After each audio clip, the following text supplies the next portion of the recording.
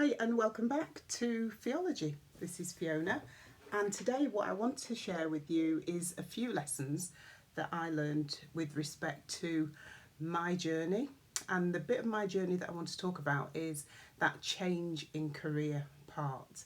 And rather than just talk about it theoretically, I thought what I'd do is just walk you through a couple of things, not everything that comes to mind when you change in career, because that would take hours. So in a few minutes, I'm just going to pull out a few points that I think are important and show how they relate to the experience that I had and the decision that I had to make.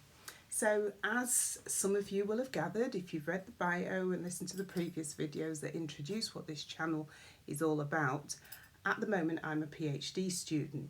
In the past, I've done various careers, so at various points in my life, I've had to make decisions about what to do next, whether to apply for another job or not, whether to leave a particular place of work to do something completely different. I've had the choices a number of times. Some of you will have had a very clear career path, as in at the age of whatever you decided, I'm going to be a nurse. I'm trained to be a nurse. I've been a nurse all of my life and I've just moved up the ranks. I started as an ordinary registered general nurse, moved up to be a staff nurse, a sister, a matron. You moved up and you've just loved it. That's who you are. That's all you've ever wanted to be. My path hasn't been like that. I started life, my very first job that I did, I actually helped my mum when she was doing a part-time cleaning job. So I can remember going in and helping to clean desks in an office. Later on after that, I spent some time with her on a Saturday. I'd go into a factory where she used to work, because when we were very young, she had a job in a factory where she used to sew. And I can remember working in the holidays, cutting the little bits of thread that were hanging off skirts and what have you.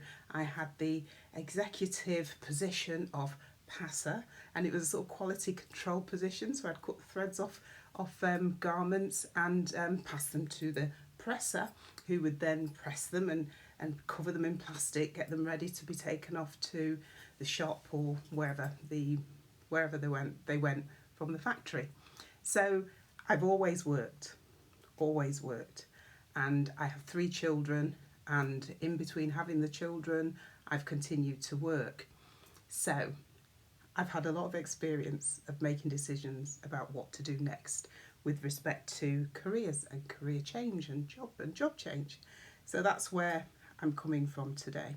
So there are lots of reasons why you come to a place where you have to make a decision, and I'm going to split them into 2 areas. I'm going to say there are external factors and also internal factors. So on the outside, it may well be that the company that you work for is going through a difficult time. They might be purging staff, they might be expanding, but external factors have caused your company to rearrange, restructure things. So you might have to change job, make a decision about whether you stay with the company because of those factors that are beyond your control. It could be that while those things that are going on that are beyond your control, it creates some positive opportunities for you, and you think, great, I can be promoted.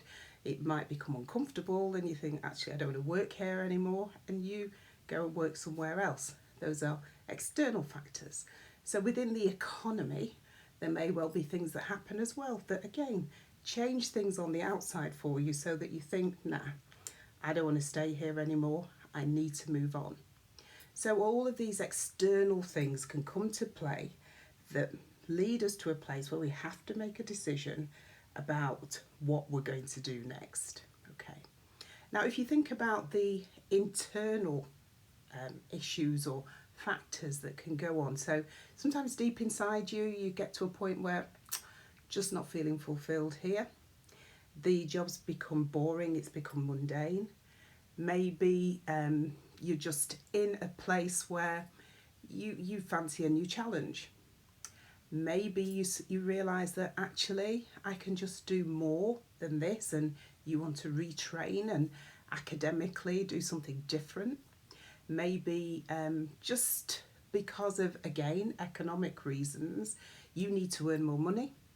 And although maybe there are ways that you could rearrange your life to cope with the income that you're on, it may well be that in order to do the extra things that you want to do for your family or for yourself, you have to earn more money and look at moving on to another job. So these are things that are a little more within your control, the reasons why you decide to move on. Now, all of these things can come at you at the same time sometimes, but it doesn't take away from the fact that a decision has to be made. And as I said at the beginning, I am not trying to cover everything that comes to mind that has to be thought about when you're thinking about changing your career. There are lots more. We're just going to focus on a couple here today. So when you've come to that realisation that something has to change, I think that is the first step really in the process, a realisation that you need to make a decision that something has to change. And in having this realisation, which in many respects is your sort of step one, you have to prioritise what it is that you want and why you want it. So in that process, and maybe you need to have a discussion with a friend, somebody who knows you particularly well.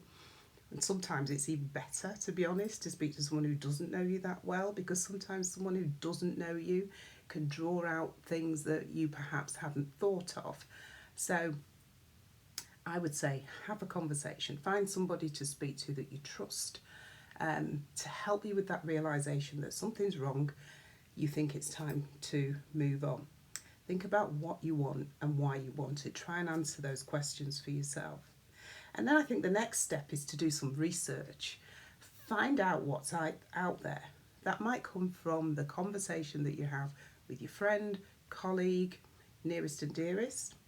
Might throw up some ideas for you, but do some research. Dr. Google, do a search, find out about different options that are open to you. Do your research. Find out what the other things are that you could do. And in doing your research, what you may find is that yes, there is another path, but it's not necessarily for now. Maybe you need to do X, Y, and Z before you can move on to the ABC of changing your career. So do your research and feeding back into these things that you know you want to prioritise. Make the decision then about what you do next. Because while you've done your research, then the next step is to start to plan about what it is that you need to do, when you need to do it, and how that's going to fit into the rest of your life. So all of those things sprinkled around life don't necessarily happen in a perfect order. And so I just want to share with you what happened to me, because I like to plan, I like to arrange things, I like to know what's coming. And in the last time that I changed my career, it absolutely wasn't planned. I'd got my pension profile every year, did my appraisal every year with my boss, had my targets set, was in a school as an assistant head teacher, and I wasn't planning to change my career. I was thinking about when I was going to move up the ladder at some stage in the future. And then on my way home from work, because I was the person who tended to work late, tended to be in early, so it was a long working day for me. And on my way home, I was involved in a road traffic accident. So the impact of the lorry on my car wrote off my car, damaged my car severely. It wasn't quite written off. And I thank God every day for the type of car that I just happened to be driving, which when I think back about the impact on the car and the lorry, a smaller car maybe would have spun. Who knows what would have happened and where I would have been. So all that happened to me was I had neck injury, back pain, whiplash, the common symptoms of those things. So I suffered for a while, had some time off work. When I went back to work, this whole scenario in the workplace had changed. And without going into details, we were all offered voluntary redundancy. And because I'd taken so much time off work, I thought, I don't want to be here for the next phase of what's going on in the workplace. I don't want to reapply for my job because in this restructure, I would have had to reapply for my job. And because I'd been out of work ill for a while, I felt as if, I'm being honest, I kind of felt like I wasn't ready to compete again after having so much time out. And I'm a person who, I actually love interviews. I'm that sad person. All of my life, I enjoy interviews. I've actually had interviews in the past for jobs that I kind of feel as if I shouldn't have got the job, but because I interviewed so well, I got the job. I yeah, I don't know why. I would always do my research and plan and go for it in an interview. And I'm that person who's been in a situation where I've had an interview, known that I might get the job, driven home, rung the panel and said, I've changed my mind about the job. If you were thinking of giving it to me, I'm no longer interested, because as I've driven home, I've thought the interview process is not just about me getting the job, it's about me knowing that it's the right job for me. So yes, I am that person who's rung the panel and said, don't offer me the job. I've changed my mind, I don't want it, so don't waste your time, give it to the next person. That might sound arrogant. I'm not being arrogant, because I have, that's just what happened. And the last time I did that, I think I've done it twice. Oh, they made it quite difficult. We'd like to talk to you about why it is you don't want the job. No, we don't want to just accept that you don't want the job. Could you come in and have a chat with us and tell us why you don't want the job? And it was, you haven't actually offered it to me yet. I'm just on my way home. Please just let it drop. I don't want the job. Anyway, leaving that to one side, hadn't planned to go there. So my situation was, yes, I took voluntary redundancy. And what I thought at the time was, I'll go and do a master's. I'm going to do a master's degree in leadership. I'm a Christian. I was thinking I could go back into education as a deputy head, apply for a job at a faith school, and I kind of had this vision of the future of going back to work in a faith school as a deputy head with my leadership stroke theological qualification. Bob's your uncle. I went and did the MA, planned to do that in a year, and during the time that I was doing my MA, I had a period of illness where my full-time MA then turned into a part-time MA. So it took longer to complete the qualification than I planned. Anyway, gradually getting myself back to a place where I could finish. Again, I was embarrassed, to be honest, embarrassed that I was so slow in getting this qualification, because I only planned to take a year. It took me about 18 months to get the qualification. Anyway, I graduated and thought, okay, what can I do now? Was doing a bit of supply teaching to keep the wolf away from the door. But that, can't say I enjoyed that. And although I went through a period of what I would say is mourning the loss of my job, mourning the loss of the status and everything that came with being an assistant head, I eventually came to a place where I thought, do I really want to go back into education?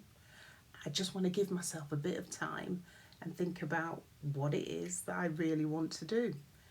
And so what I did then was spend some time doing some additional modules at the Theological College where I did my MA. And somewhere in the mix, I had a conversation with a member of staff. And this is the contrast to, if you've watched my previous video about the story where I had a member of staff who was meant to help me, who didn't help me. In this new context, someone comes along, one of my teachers, one of the lecturers at the Theological College, and said, Fiona, have you considered doing a PhD? No. No, it's not crossed my mind. PhD. Yeah, I've got the MA and I'm really pleased with the MA. And she said, have a think about it. I think it's something that you could do. Have a think about what you'd like to research. Think about it. And I was really stunned. Let me just be honest and say, when somebody believes in you and sees something in you that you don't see in yourself, it had never crossed my mind that I could take that step. And she looked me in the eye and said, think about it. And that's what I did. I thought about it. And thinking about it led me to think, okay, let's give it a go. Let's give it a go. I'm not doing anything. I'll do a proposal. And to cut that bit of the story really short, it took me 2 years to get my proposal accepted, because the first one didn't go very far. The second one, changed my mind about it, submitted it and changed my mind about it. But the third one, I feel as if I got to a stage where when I started to write that proposal, I was actually in touch with what I wanted to do. I'd gotten over, great English, terrible. Anyway, I'd got to the place where I was over the fact that I was no longer a professional in the at school, in the secondary school. I'd got over all of that. I'd got over the fact that I couldn't afford to change my car, that I was no longer wearing a suit to work and high heels and all the trappings of able to stop off at Marks and Spencer's and buy whatever I wanted to buy for dinner, when I didn't want to cook. All of those things, I got to the stage where it just wasn't an issue anymore. And what I did was find what was on my heart that I really wanted to do. So I came up with a proposal. It took me a year to have, not a year, about 8 months, 8, 9, 10 months, almost a year to have it accepted. And the proposal that was accepted, I can honestly say, I feel as if the proposal chose me. I didn't choose the proposal. I feel as if it chose me. And I'm finding out as I'm reflecting on the process that I am now living my dream, if you like. I spend my days, it's a part-time PhD, I spend 2-3 days a week writing, reading, researching. I spend 1 day supporting students, that's my part-time job. I have a day that I call my self-employed day, where I look at preparing for speaking engagements if I'm preaching, or if I'm teaching, doing things for church, or if I have other people who I'm supporting outside of church, doing sort of mentoring, coaching, that kind of thing. So my doctor calls my work life, he calls it flexible and part-time. So I do small bits of work on various days during the week, which is the way that I choose to manage the health issues that I have. So another video sometime I'll talk about the invisible illness. So when you see me on a video, you will see the best part of me, the best that I can make on that particular day, as in the day when I've got the energy to smile at the camera, put a bit of colour on my face to hide the dark circles, and so you'll see the best. On the worst days, those are the days when nobody sees me. Those are the days when I'm on the sofa and sometimes I think I am not even making sense. So that is another video, that's not for today. But suffice it to say that I am living the dream in many respects, and I feel privileged to be where I am. Even though I didn't plan to change my career, I believe that this was always part of where God wanted me to be. So for those of you that believe and are like me, you're a person of faith, you're a Christian, you believe that there is an overarching plan for your life, then you'll agree with me that some things happen that you hadn't planned that bring you to a place that you didn't know you were going to be in, but you get there and it just feels right, and you know it's the right thing, you know it's the right place for you to be. So for me personally, that's how I feel. And even if you're not a person of faith, you may well have had those times in your life where you feel as if, oh my goodness, this is just the best thing. So I'm not saying you have to be a Christian to get to a place of this is the best thing, but this is my story, this is my life, this is the way that I communicate where I am. So if you, like me, have hit that place in your life where you've wondered, how did I get here? What am I doing here? What do I do next? Just think about the steps that I threw in at the beginning when I started to share with you. You need to recognize that place of realization where something is calling to you to do something different. So if you hit that place of realization, go with it. Do the research, find out what's out there, and maybe it's not time for you to move now. It's something that you do later. Maybe it's about speaking to your employer about things that you can do in the job that you're in right now that can extend you and help you to feel more fulfilled. Maybe you're at a stage in your life where you need to earn more money, and maybe that's about a side hustle. I love that phrase.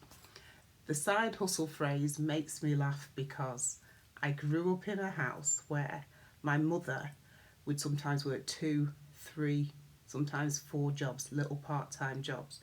And side hustle to me always sounds like a sort of a middle class, I've got a side hustle, which is my hobby where I earn some money. But I grew up in a house where if my mum didn't do those 2 or 3 part-time jobs, then financially our family would have suffered because she had to do those jobs to keep the money coming in to help my dad with his income. He worked full time. I'm one of 5 children. My parents always worked, but my mum would have additional jobs doing little things, and now I recognise that she was self-employed doing all of these little jobs so that she could earn this extra money. So the side hustle sounds a bit glamorous, but whatever your situation is, whether it's your hobby that you can earn some extra money from that you can use to go on holiday, or whether it's necessary income to put food on the table, maybe it's a side hustle that you need to contemplate. There are so many different avenues available to us as people here in the West where we can go to education, higher education, further education, do education online. Most of the teaching that I'm doing at the moment for adults, mature students, is online. So whatever the reason is, whether it's something going on the inside that makes you want to do something different, whether it's an external factor, do your research. And when you've done your research, start to plan how it is that you're going to execute that thing that you'd like to do. And in all of that, I think, somewhere find peace within yourself that it's just part of the journey. It's part of the journey. Fine, if you're one track, you wanted to be an accountant, you're an accountant and you'll be an accountant until you retire. I haven't given you all of the jobs that I've done. I've had 4 or 5, maybe, different careers, different jobs over my working life. And I fully, expect to go back into the workplace to do maybe an extra day or 2 a week, and maybe do some consultancy work, more consultancy work. I have no intention of not working in greater capacity in an employed basis than I am doing at the moment. I think that makes sense. I just know that this wasn't my plan. I knew I was going to retire at the age of 67, I think. And I was fully expecting to work until that age. I enjoyed my job. I enjoyed my job and I was not intending to leave. But this is what happened to me. And I wanted to do this video and smile, knowing that I'm happy doing what I'm doing, but also acknowledging that because my husband is self-employed and my children are grown up, I have a lot of things available to me in terms of resource that would be difficult for other people. So I think it's important just to lay that out there. Making the decision that I made meant a large loss of income. Making the decision that I made has meant, I don't even have a car anymore. Used to have a car, don't have a car. That's a bit weird. So I've had to make some adjustments to my life, and it is what it is. It is what it is. But my position is not a desperate one. I didn't lose my house. I've managed to keep food on the table, and between my husband and I, we still pay the bills. And I understand that's not the case for everyone who goes through what I went through. So I just wanted to, I suppose, just end what I'm saying today with, I hope there was something in these minutes that I've shared with you that is helpful if you are in that do I change my career, do I change my job situation, scenario. And I've left my contact details in the notes if you want to make an appointment to speak to me, because as I said, I do a bit of coaching and mentoring. So if you think, I could have a conversation with Fiona about that, I'm available to take that on with you. And if you think of someone who would benefit from listening to my story, you can share the story with someone else. If you have a comment to make about what I've said, maybe you disagree. Maybe you just, whatever. I'm not telling you what to say or not to say. If you have a comment to make, let's try and keep it positive. So if you have a comment to make, because I've already said, I've not put everything in there, but any comment that might help someone else. And I know there are lots of other things to consider when you're thinking about changing your career. So if you'd like to add to what I've already said, please put the comments below. And if, like me, you're happy with what you're doing now and glad you took the plunge, add those comments as well. If you're feeling stuck and you'd like help getting unstuck, as I said, comment below, contact me, and we'll see where we can go with that one. So I need to call it quits now. My name is Fiona. The channel is called Feology, and I'm aiming to bring you stories that inspire you, that motivate you. And as today we've talked about changing career, I've got some ideas about other things I'd like to do. I'd like to talk about finances because, everything changes when the income that was X amount becomes zero. So I'd like to talk about finance. I'd like to talk about how to manage things at home. There are various things that come into my day-to-day life as a mature student that may well be of interest to you. So how I organise things, how I research, how I study, how I do life. Stick with me and see where we go with the channel. So I'm saying goodbye now. I'm definitely saying goodbye now. My name's Fiona and this is Feology, and I hope to see you again soon. Take care now. Bye bye.